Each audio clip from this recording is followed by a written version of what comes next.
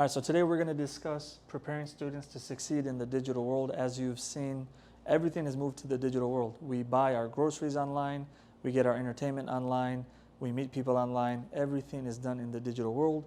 So especially as educators and teachers, we have to ensure that we're preparing our students to be successful and safe in the digital world. And in the context of education, we have to remember there's so much information out there.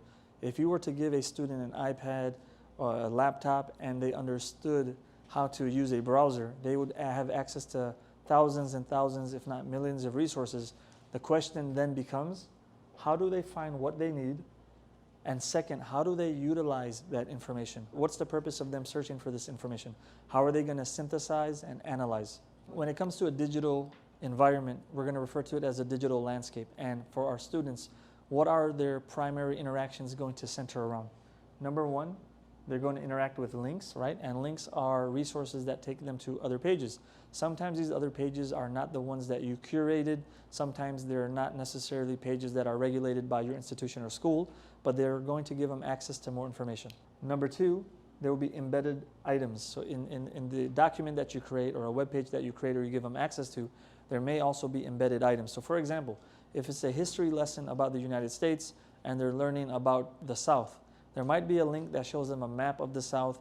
There might be a video link that shows them a reenactment of the Civil War, but there's a variety of ways that an embedded item can be used. Number three, there are images. So for example, if you're teaching them about a different culture, a different language, a different country, within the resource that they're observing, there can be a picture that comes up that adds to the information that they're able to process and gives them more context about what they're learning. And lastly, there are videos, right? And in our days, when we wanted to watch a video at school, your teacher would roll in a cart. Sometimes VCR would not work. If you're one of the lucky schools and you had a DVD player, the DVD may work. But now kids have tablets, they have smartphones, and they have their own computers.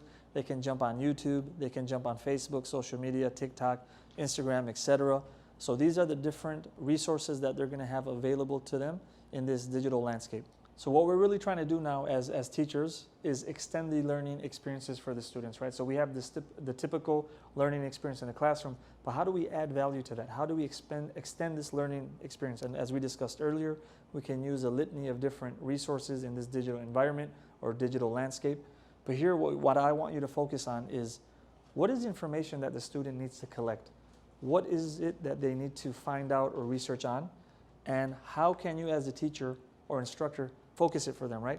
So if you give them a general prompt, they're going to spend hours and they may not retrieve what you're looking for.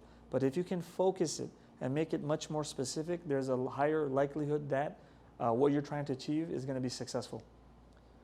Number two, after you make it specific and you let them focus, they're still going to get the opportunity to explore and make mistakes. And then secondly, what you want to do is you want to set clear expectations. So what is it that you're trying to achieve in this lesson? What is it that you're trying to achieve in this activity that they're doing, right? And you're going to do that by modeling the way.